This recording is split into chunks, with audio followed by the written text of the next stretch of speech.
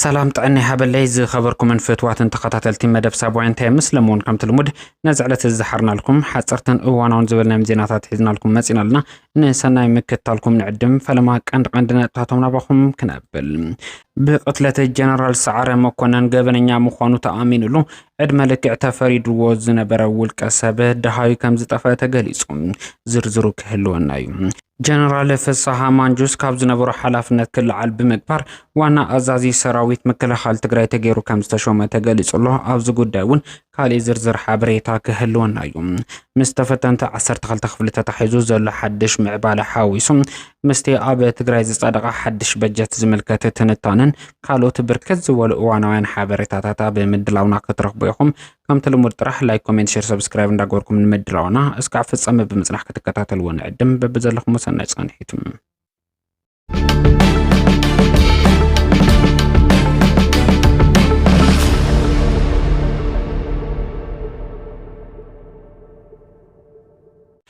تمهارو 10 خفلي ناب مقاله يونيفرسيتي اتو كم زلو تغليصلهم ناي 2018 ناي 10 خفلي هاغراو ممزن فتنا بورق ازوسدو تمهارو لومي حامله 2018 عام تمرت باقوزازرا غز ناب زي تفلالي يونيفرسيتات تግራይ እንዳአተው ይርከቡ በዚ መሰረት ወና አበ ከተማ መቀላብ ዝርከቡ ዘ ተፈላልዩ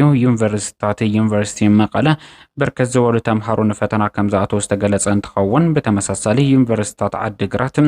አክሱምን ወን ተመሳሳሊ ተምሃሮም ከቀበሉ መዃኖም ተገሊጹሎም እቶም ተምሃሮ ካብ ጽባሕ ሐምለ 21 2018 ዓመተ ምህረት ባቆጻጽራ ገዝ ጀሚሮም ዝግቦም አቀባበላ ተገይሮሎም ናብ ግቢ ዝኣትው እንትኾኑ ናይ ምድላው ሓበሬታ ወይ ከዓ ኦሪየንቴሽን ድሕሪ ምውሳዶም ፈተናኦም ካብ ሐምለ 22 እስከ ሐምለ 24 2018 ዓመተ ምህረት ባቆጻጽራ ገዝ ብወግዕ ክወሃብ ምዃኖም ተገሊጹሎም ተናብ ትግራይ ዘለዋ ዩኒቨርሲቲታት ንተምሃሮ አድላይ ዘበለ ድጋፍ ንምሃብ ምድላውን ከምዛዘማውን ንምፍላጥ ተኻይሉሎም ስርዓት ብልጽግና ንጹር ብዘይኾነ መንገዲ ኣብ ትግራይ ዝወሃብ ናይ 12 ክፍሊ ፈተና ክናዋሕ ብምግባሩ ኣብ መንጎ ቢሮ ትምህርቲ ትግራይን ሚኒስትር ትምህርቲ ኢትዮጵያ ከቢድ ወጥሪ ዓሲሉ መጽንሑ ዝዝከር እዩ دحر بستجبر مرداغن بيرو تمرت تግራይ ንበይኑ ን12 ክፍሊ ተምሃሮ ፈተና ክህብ ወሲኑ ዋላ እኳ እንተነብር ኣብዚ ሕዚ ሰዓት ግን እቲ ዝተናውሑ ፈተና ክካየድ ከም ዝተወሰነ ንምፍላጥ ተኻይሉሎም እዚ ከምዚሉ እንዳሃለወ ሽርሕታት ጸላኢ በጣጢስኩም ናብ ፈተና ዝበቃኹም ተምሃሮ 12 ክፍሊ ሃገራዊ መልቀቕ ፈተና ዝሓሸ ውጽኢት ብምምጻእ መጻዕ ዕድልኩም ከተመቻቹ ይግባእ ክብሉ ዋና ማሕዳሪ ዞባ ደቡብ ትግራይ ኣይተ ዝናቡ ገብረመድህን ገሊጹሎም ዋና ማሕዳሪ ዞባ ደቡብ ትግራይ ኣይተ ዝናቡ ገብረመድህን ዝገለጹ ሃገራዊ መልቀቕ ፈተና 12 ክፍሊ ብወረቀት ክፍተኑ ዝተፈቀደሎም ተምሃሮ ዞባ ደቡብ ትግራይ ናብ ዩኒቨርሲቲ መቐለ ንክፍተኑ ኣብ ዝተገበረሎም ስነ ስርዓት መሰነይ ታዩም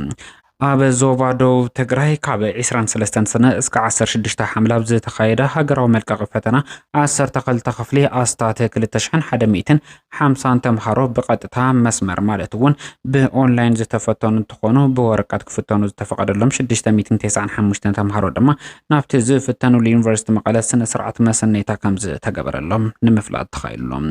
ኣብቲ ኣብ ወረዳ እምባላጀ ከተማ ዓድሹ ዝተኻየደ ስነ ስርዓት መሰነይታ ንእንግዶት ምሳሕ ረኸቡ ዋና ማሕዳር ዞባ ደቡብ ትግራይ ኣይተ ዝናቡ ገብረመድህን ትግራይ ተተካእ ወለዶ ከይህለዋ ሓሲቦም ብዝፈጥርዎ ሽርሕታት ከይተደናገጽኩም ኣብ ዕላማኹም ጸኒዕኹም ብምጽናሕኩም ባህግኹም ተሳኺዑሎ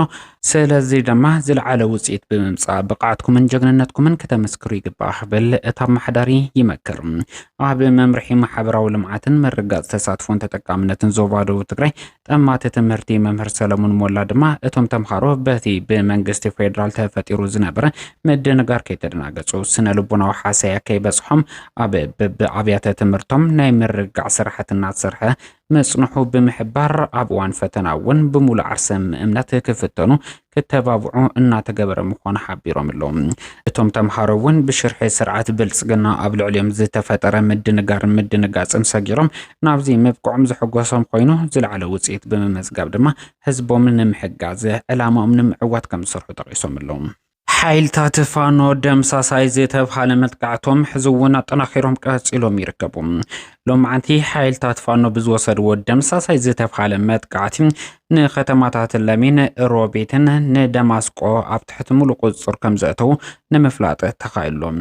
ኣብዚ ሕዚ እዋን ሓይልታት ፋኖ ኣብ ክልል ኣምሓራ ዘካይድዎ ዘሎ መጠነ ሰፊሕ ወተሃደራዊ ስጉምቲ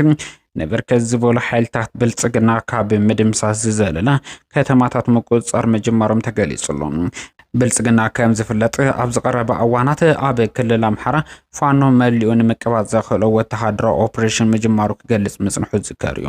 ብፍላይ እቲ ብድሮንን ነፈርቲ ኩናትን ተሓጊዙ ብከበድቲ ኣጽዋራት ተዓጂቡ ክካየድ ዝቐነየ ሰፊሕ ወተሃደራዊ ስጉምቲ ብልጽግና ዝኾነ ወተሃደራዊ ከስቢ ከም ጸለየ ኻለን ብተቐራኒዩ ሓይልታት ብልጽግና ኣደዳሞት መቕሰልትን ምምራኽን ኮይኖም ዝቐጸሉ እንትኾኑ ፋኖ ድማ ከተማታት ምቁፅጻር ዝጀምረሉ ድምቕ ዝበለ ወተሃደራዊ ዓውታት እንዳዓተር ይቕጽል ከም ዘሎ ተገሊጹሉ። ስርዓት ብልጽግና ኣብ መወዳእታ መቃብሩ ከም ዝርከብ ዘመላኽቱ ወተሃደራዊ ኪሳራታት ኣብ ክልል ኣምሓራ ዝተመዝገቡ እንትኾኑ ብሓይሊ ጽምዶ ክውላዕ ዝኽእል ኩናት ድማ ኣብ ዝሓፀረ ግዜ ብልጽግና መቃብሩ ከም ዝፍጸም ዘመላኽት ወተሃደራዊ ተርእዮታት ኣብ ክልል ኣምሓራ ይረአ ከም ዘሎ ተገሊጹሎም። ኣይተ ተወልደ ብርሃን ተስፋ ዓለም ንጀነራል ፍስሓ ማንጁስ ብምትካእ ሓላፊ ቢሮ ሰላምን ጸጥታን ትግራይ ተገይሩ ተሸሚሎም።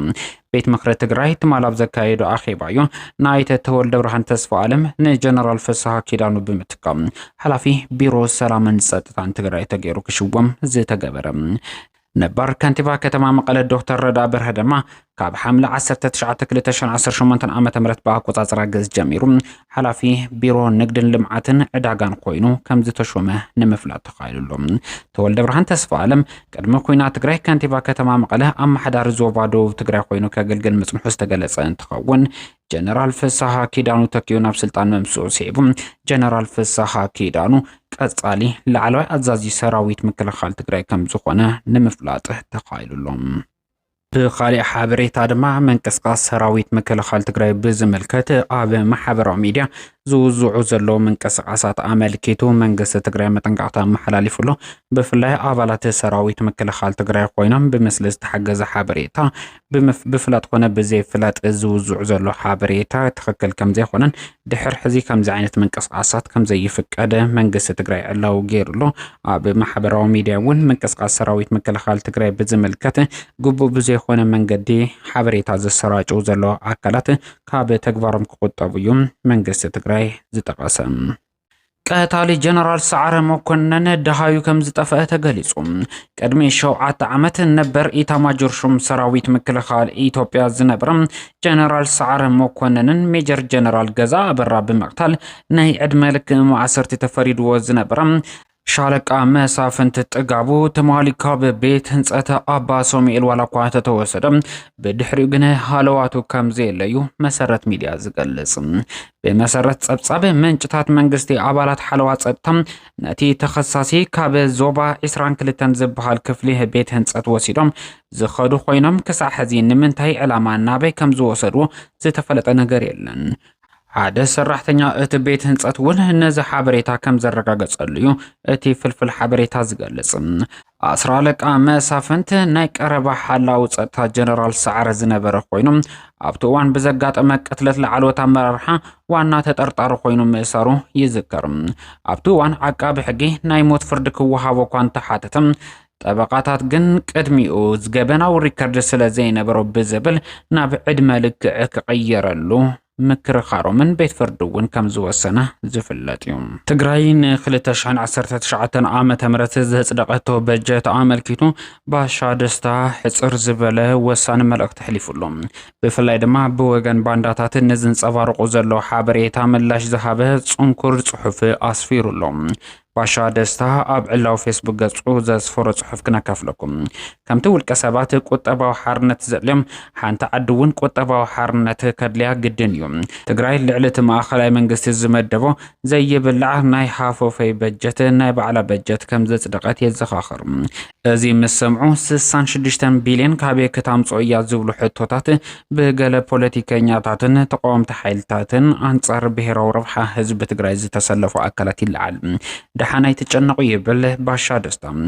دحان ኣይትጨነቁም ትግራይ ንጥሜት ኩዕንቲ ንጽጋባ ድማ ወርቂ ክትፍሕር እትኽለላ ዓዲ እያ ክልቲኦም ጫፋት ወይ ከዓ መልክዓት ቁጠባ ዘለዋ ፍልይቲ ዓዲ እያ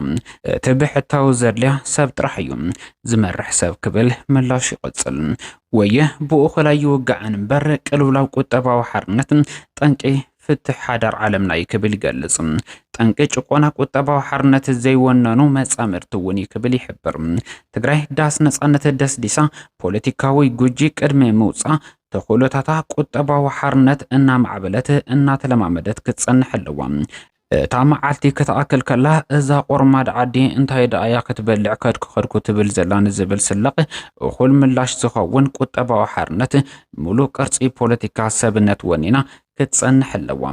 እምበኣር ከስዓር ሰሙርከሳ ክበሃል ከሎ እዚ እዩ 65 ቢልዮን ንትግራይ ንፖለቲካዊ ሓረፃ ማእኸላይ መንግስቲ ዝኸይድ ዝነበረ ግብሪ ኣትሪፍካን ሃብቲ ተፈጥሮኻ ብግቡእ ኣማሓዲርካ ናይ ሓንቲ ንግሆ ቁርሲ ማለት እዩ ይኣክል እዩ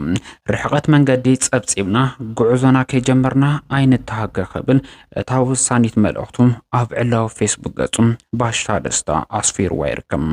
ሚኒስትሪ ምክልኻል ኣሜሪካ ምስ ኢራን ኩናት ካብ ዝጅምራት ሒዙ ዝሞቱን ዝቆሰሉን ወተሃደራቱ ዕላው ከም ዝገበረ ማዕኸን ዜና ኢራን ታስኒም ሓቢሩ ፔንታጎን ኣብ ዘውፅኦ ሓበሬታ ካብ 28 የካቲት 2026 ብኣቆጻጽራ ምዕራባውያን ጀሚሩ ብሰንከቲ ኣብ መንጎ ኣሜሪካን ኢራን ዝተኻየደ ውግእ ህይወት 18 ወተሃደራት ኣሜሪካ ክጠፍእ ከሎ 624 ወተሃደራት ድማ ኣካላዊ ማሕሰይት ከም ዝበጽሖም ገሊጹሎም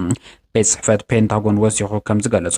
ብሰንከቲ ኣብ ዝቐረባ መዓልታት ብኢራን ዝተፈነወ መጥቃዕቲ ኢራን 4 ኣባላት ወሃብቲ ደገፍ ኣሜሪካ ክሞቱ ከለዉ 140 ዝጽግዑ ከም ዝቆሰሉ ድማ ንምፍላጥ ተኻይዱሎም ዋሽንግተን ኣብ ከባቢያዊ ግጭታት ዘጋጥማ ዘሎ ሰብኣውን ንዋትን ጉዳታት ብእዋኑ ብዘይ ምቅላሕም ብፍሉይ ንማዕኸናት ዜና ኣብ እተቃልሖ ዘላ ሓበሬታ ሜላ ምድንጋር ከም እትጥቀም ድማ ተንተንቲ ይወቕሱ ቅድም ክብል ወሃብ ቃል ምክልኻል ኢራን ጀነራል ሁሴን ማሃቢ ኣብ ኩናት ዝሞቱ ቁጽሪ ኣሜሪካን ወተሃደራት ልዕሊ 200 ከም ዝሓለፈ ምግላጹ ዝዝከር እዩ ኣብ መጻቡ ሆርሙዝ 6 መራኽብ ከም ዝተኣገዳ ንምፍላጥ ተኻይሉሎም 6 መራኽብ ብዘይ ሕጋዊ ኣገባብን ኣሰጋኢ ብዝኾነ ኩነታት ኣብ ደቡባዊ ክፋል መጻቡ ሆርሙዝ ካሓልፋ ዝፈተናሉ እዋን ከም ዝተኣገዳ መንግስታዊ ማዕኸናት ዜና ሓበሬታ ኢራን የመላኽቱ እተን መራኽብ ዝተኣገዳ ስርዓት መምራሕን ቦታ ምላይን ድሕሪ ምጥፍእን ከም ዝኾነ እውን ንምፍላጥ ተኻይሉሎም ሓንቲ መርከብ ሓደጋ ዘጋጠማ ክኾን ከሎ እተን ዝተረፋ ግን ብቆራጽ መሪሕነት ኢራን ናብ መጻቡ ፋሩስ ክምለሳ ከም ዝተገበራ ማዕኸናት ዜና ኢራን እንዳገለጸ ይርከባ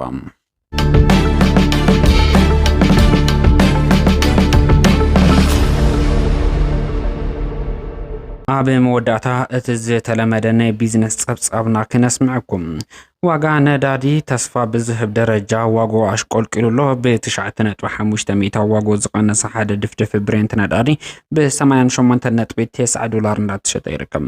ናብ $100 ተጸጊዑ ዝሓለፈ ሰሙን ቁጠባ ዓለምና ከናግዕ ጸንሐ ዋጋ ነዳዲ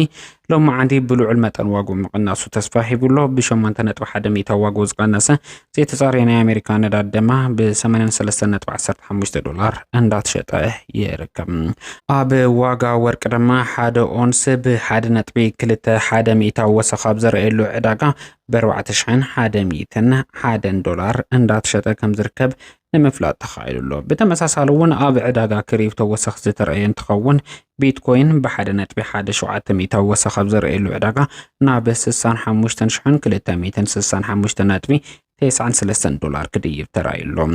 ኢቴሪየም ብተመሳሳሊ ብ4.17 ሚታዊ ዋጎ ኣብ ዝወሰኸሉ ዕዳጋ